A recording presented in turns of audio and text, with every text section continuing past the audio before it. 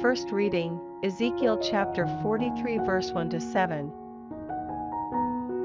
He took me to the gate, the one facing east. I saw the glory of the God of Israel approaching from the east. A sound came with him like the sound of the ocean, and the earth shone with his glory. This vision was like the one I had seen when I had come for the destruction of the city, and like the one I had seen by the river Chebar. Then I fell to the ground. The glory of Yahweh arrived at the temple by the east gate. The Spirit lifted me up and brought me into the inner court.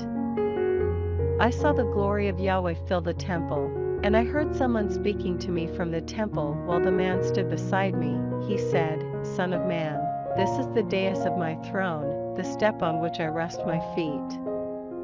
I shall live here among the Israelites forever, and the house of Israel, they and their kings, will never again defile my holy name with their whorings and the corpses of their kings."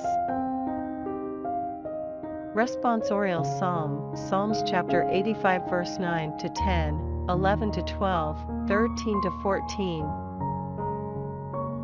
His saving help is near for those who fear him. His glory will dwell in our land. Faithful love and loyalty join together. Saving justice and peace embrace. Loyalty will spring up from the earth, and justice will lean down from heaven. Yahweh will himself give prosperity, and our soil will yield its harvest. Justice will walk before him, treading out a path.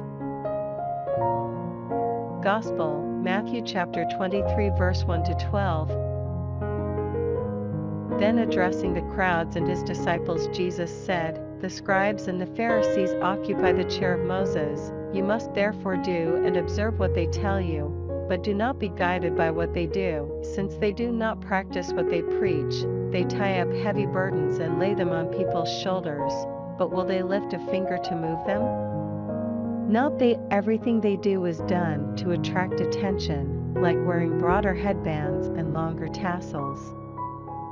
Like wanting to take the place of honor at banquets and the front seats in the synagogues, being greeted respectfully in the market squares and having people call them rabbi. You, however, must not allow yourselves to be called rabbi, since you have only one master, and you are all brothers. You must call no one on earth your father, since you have only one Father, and he is in heaven, nor must you allow yourselves to be called teachers, for you have only one teacher, the Christ.